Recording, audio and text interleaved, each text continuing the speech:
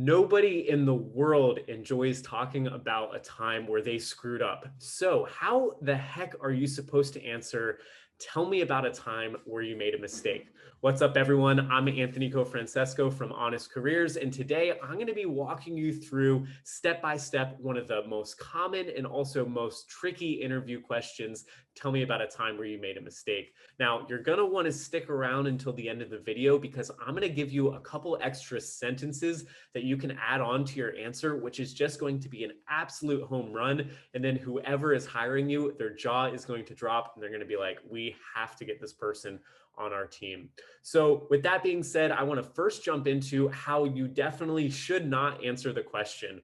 First is saying, I've never made a mistake, or I can't recall a time where I've made a mistake. This is definitely not the right answer, and it is going to indicate that you are not someone who's self-aware and can actually acknowledge or take ownership of the fact that they've made a mistake. Everyone has made a mistake. On the other side of an equation, the answer that you definitely also don't want to give is something that is super serious or it points to a fundamental character flaw about yourself. So saying, hey, sometimes I forget to set my alarm and so I'm often late to work, or something that expresses extreme carelessness. So one time I was on questionable websites on my work laptop, and then the whole company ended up getting a virus, and then company information was leaked, and it was a huge problem, and I got fired. Right? You want to stick to an example. It can be a serious example of a mistake, but it shouldn't show that you were a very careless person or it points to some fundamental flaw that you have as an individual that is unlikely to be overcome by the time they hire you for the job. So now what I want to do is give you an example of a really solid answer. And then afterwards, we will walk through step by step and break it down so that you can replicate this in your own interview questions. Let's jump into it. So in my first full-time role that I had, I was working as a loss prevention associate for Amazon. And one of the jobs that I had was managing the process of creating new badges for about 300 new hires. They were brand new to working at Amazon. And it was my job to create new badges for these people so that on their first day of work, they could actually get into the building and get to their assigned stations. And so I was going through and I was creating the badges, and I did the first part absolutely right. I put in all of the information correctly. Everything looked good. But what I failed to do is I didn't put about half of them into the secondary security system. And so that was the thing that actually allowed the building to say, okay, this person is good. They can come inside when they scan their badges. And so what happened was I was working up at the front desk. People started coming in, and then the guards started coming to me and started saying, hey, some of the badges just aren't working. And so I had that oh shoot moment, and I started pulling up the badges that didn't work, and I saw, oh my goodness, I totally forgot to put the second set of badges I had done the day before into the secondary system. And so these people were not going to be allowed to get in. So I had this kind of moment where I was like, oh my goodness, this is really going to be a big issue. Amazon is obviously super big on efficiency. They don't like any downtime. And so I had a moment of panic. And then I had a moment where I said, okay, this is a problem, but it is a fixable problem. So I took a deep breath. I was like, okay, I can fix this. And so the first thing that I did is I communicated. I reached out to my supervisor and then also two other loss prevention associates that were also working at the time. I sent them a ping on our internal messaging system and I said, hey guys, I messed up about half of the badges I didn't put into the secondary system. And so if there's any way you can come and help out, we need to get these people in the door. The second thing I did is I communicated to the other guard staff. These were the people that were actually working outside of the building. And while people were coming in, they were assisting with the badges. And so I got all of them together and I said, hey guys, I wanted to let you know that about half the badges don't seem to be working. We're working on getting it fixed. But what I want you to do is I want you to tell the associates that are coming in that we know that there's an issue and just stay calm. You're not going to get in trouble for being late. We're going to get you in the building as soon as possible. And then what I also had them do is to get all of the people that couldn't make it into the building into a side group. And they wrote down everyone's badge number or their name onto a sheet of paper that we had. And they were kind of keeping them in a group, right? So that we could get the people whose badges were working, we could get them inside of the building. And then the people whose badges weren't working, we could keep them in a group and we could keep an eye on them. And so very quickly, my help from the other, it was actually a couple people from HR and a couple people from loss prevention came down, and we were actually able to cycle the non-working badges. We were able to get them into the secondary system and then get them to their station pretty quickly. So the couple hundred people that were left over, we were able to get them in about 30 minutes. So it wasn't the end of the world, but it definitely was an inconvenience for them on their first day of work. And it was a pretty big issue on my end in the grand scheme of things. So the thing that I did after that, once we got everyone into the building and the situation had kind of been resolved, what I did is I looked back at that list of people who were late, and then I reached out individually to all of the area managers for the people that were late. And I said, hey, my name's Anthony. I wanted to let you know that I had an issue. I made a mistake when I was creating the badges. And for that reason, this employee was late to the shift. I just wanted to give you a heads up, just so that they were aware and there wasn't any confusion as to what the mistake was.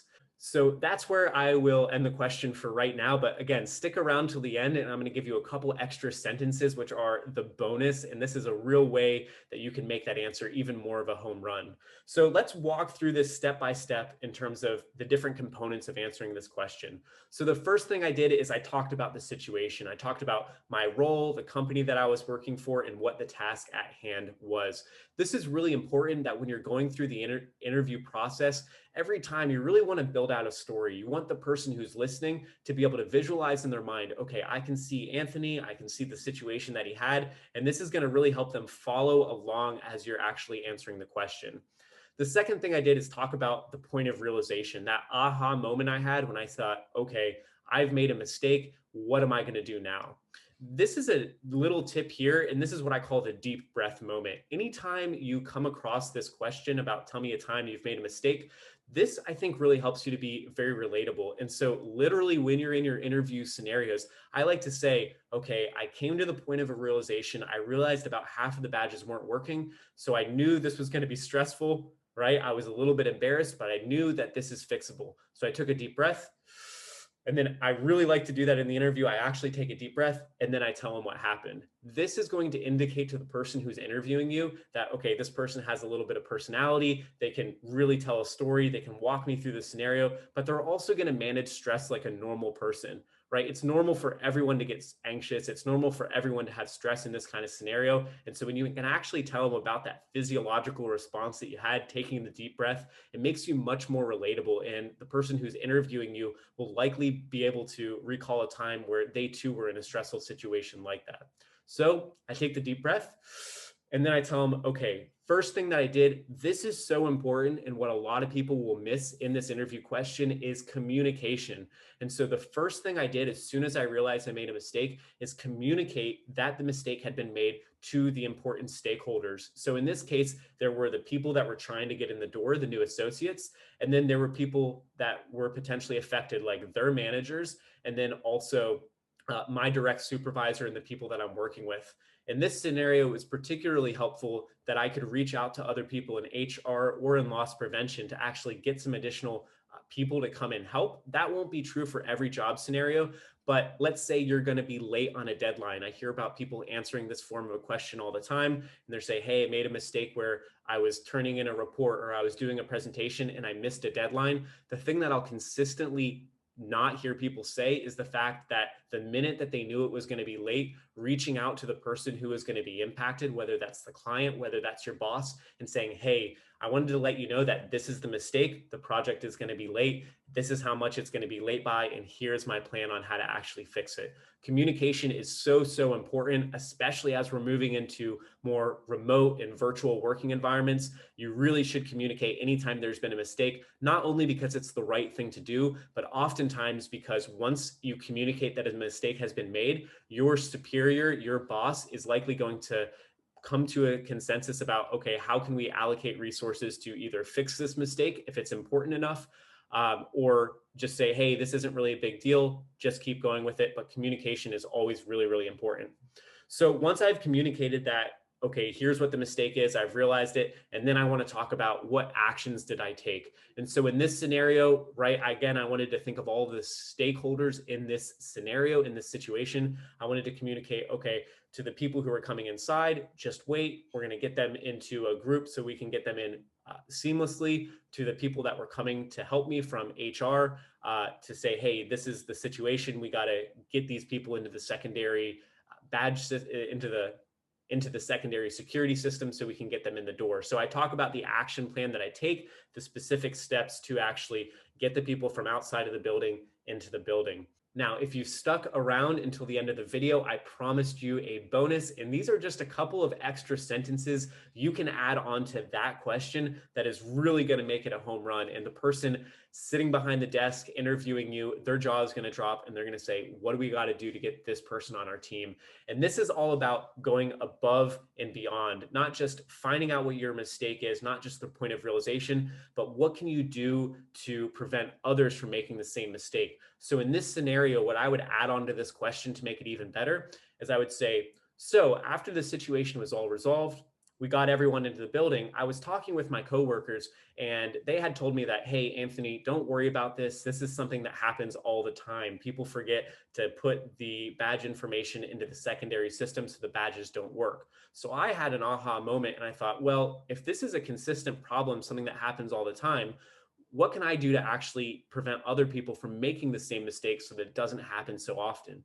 So what I did is I actually created a Google Doc and I made a checklist for badge creation of new hires. And at the top of the checklist, here's the 3 things that are going to be really bad, or 3 things you definitely don't want to get wrong with badge creation. And the first one was double checking to make sure that the badge is already in the secondary system before you check the badge as completed. And so I put together a little checklist. It only took me about 30, 40 minutes to put together. And then I presented it to my boss and he thought, this is the coolest thing ever, because now we can distribute this to loss prevention. We can distribute this to the guard staff, and we can distribute this to HR.